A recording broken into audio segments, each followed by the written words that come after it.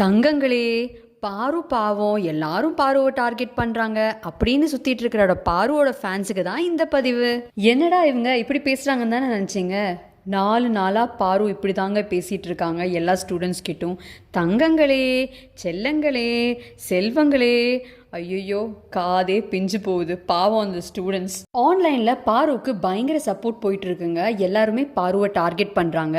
பாரு வீட்டில் எல்லா வேலையும் பார்க்குறாங்க. ஐயோ பாவம் பாரு, பாரு அழுகிறாங்க, இதெல்லாம் ஓவர், பாருக்கு பீரியட்ஸ் இருக்குது, யாரும் கண்டுக்கலை, அப்படி இப்படின்னு பல சப்போர்ட் பாருக்கு. நான் என்ன சொல்ல வரேன்னா, இது 8வது வாரம் பிக் பாஸ் சீசன் 9ல். இதுக்கு முன்னாடி இருந்த 7 வாரம் பாரு பெருசாக எந்த வேலையுமே செஞ்சதில்லை. அவன் கஷ்டத்தில் கிச்சனில் ஒர்க் பண்ணிட்டு இருப்பாங்க. ஆனால் பாரு ரொம்ப ஈஸியாக அவங்கள மாக் பண்ணிட்டு போவாங்க. கனியாக இருந்தாலும், சாண்ட்ராவாக இருந்தாலும், திவ்யாவாக இருந்தாலும், இது பிரம்மாஸ்திரம், கிச்சனை வச்சு தான் ஃபுல் பாலிடிக்ஸ் பண்ணுவாங்க, சோத்தில் கை வச்சு தான் எல்லாம் பண்ணுவாங்க அப்படின்னு ரொம்ப பேசிகிட்டு இருப்பாங்க. இதெல்லாம் பார்த்து தான் என்னமோ பிக் பாஸ் அவங்களுக்கு இந்த டாஸ்க் கொடுத்துருக்காங்கன்னு நினைக்கிறேன். இப்போ இந்த பிரம்மாஸ்திரத்தை வச்சு பாரு என்ன பண்ணுறாங்கன்னு பார்க்கலாம் அப்படின்னு. இன்னொரு விஷயம் பார்த்தீங்கன்னாங்க, போன வாரங்களில் வந்த டாஸ்கில், ஃபார் எக்ஸாம்பிள் இந்த ஹோட்டல் டாஸ்க், அதில் பாருவுக்கு அசிஸ்டன்ட் மேனேஜர் ரோல் கொடுத்துருப்பாங்க. அப்புறம் இந்த ராஜாராணி டாஸ்கில் ராணி ரோல் கொடுத்துருப்பாங்க. ஸோ எல்லாத்துலேயுமே இவங்க ஒரு கமாண்டிங் ரோலில் தான் பண்ணிகிட்டு இருப்பாங்க. அதாவது மற்ற கண்டஸ்டன்ஸ் கிட்ட நல்லா வேலை வாங்குவாங்க. இதை பண்ணு, அதை பண்ணு அப்படின்னு ரொம்ப பண்ணியிருப்பாங்க.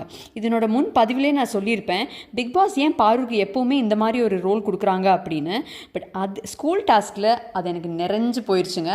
இவங்களுக்கு இந்த வார்டன் ரோல் கொடுத்தது ரொம்ப ஆப்ட். ஏன்னா மற்றவங்க எல்லாம் என்ன கஷ்டப்படுறாங்கன்னு இவங்களுக்கும் தெரியணும். மற்றவங்க எல்லாம் வேலை பண்ணும்போது ஈஸியாக அவங்கள கமெண்ட் பண்ணி, அவங்கள மார்க் பண்ணி, அதில் ஒரு கண்டென்ட் எடுத்து இந்த மாதிரி பயங்கர ட்ராமா பண்ணியிருக்காங்க பாரு லாஸ்ட் வீக்ஸில். சரி, அப்படி இருந்துமே இந்த வாரம் மொத்த டாஸ்க்கும் அவங்க தான் பண்ணுறாங்களா? சத்தியமாக இல்லைங்க. பாருவோட ஃபேன்ஸ் அப்பப்போ கிளிப்பிங் எடுத்து இந்த மாதிரி போட்டு ப்ரொஜெக்ட் பண்ணிகிட்டு இருக்காங்க. ஆனால் நீங்கள் பார்த்தீங்கன்னா அந்த பிக் பாஸ் ஹவுஸை கூட்டி 3-4 நாள் ஆகுது. முன்னாடியெல்லாம் சாப்பிட்டு முடிஞ்சோன்னே டக்கு டக்குன்னு எல்லா பாத்திரங்களும் கழுகி வச்சுருவாங்க. ஆனால் பாரு நைட்டு பண்ணதை அப்படியே விட்டுட்டு போயிடுவாங்க. அடுத்த நாள் காலையில் தான் பண்ணுவாங்க. எஃப்ஜே ரொம்ப தெளிவுங்க. பாதி வேலை கரெக்டாக அவரோட வேலையை எடுத்து பாதி முடிச்சுட்டு அவர் போயிடுவார். பாதி வேலை பாருவுக்கு கொடுத்துட்டு போயிடுவாங்க. ஆனால் பாரு அதை செய்கிறதுக்கு ரொம்ப சங்கடப்படுவாங்க. எப்படியெல்லாம் ட்ராக் பண்ண முடியுமோ அப்படிலாம் பண்ணுவாங்க. ஃபார் எக்ஸாம்பிள் நேற்று நைட்டு பார்த்தீங்க அப்படின்னா பாத்திரம் கழுகாமவே வச்சுருப்பாங்க. சாப்பிட்டு முடிச்சுட்டு ஒரு 1-1.5 மணி நேரம் உட்காந்து வாய் பேசிகிட்டு இருப்பாங்க. விக்ரம் விக்கல்ஸ் நீங்கள் பாத்திரம் கழுகுங்க அப்படின்னு சொன்னோன்னே, இந்த மாதிரி ஒரு ஆள் சொல்லிட்டு எனக்கு வேலை பண்ணுறது பிடிக்காது அப்படின்னு சொல்லியிருப்பாங்க. வேணும்னே ட்ராக் பண்ணி மிட் நைட்டில் ரொம்ப லேட்டாக போய் பண்ணுவாங்க.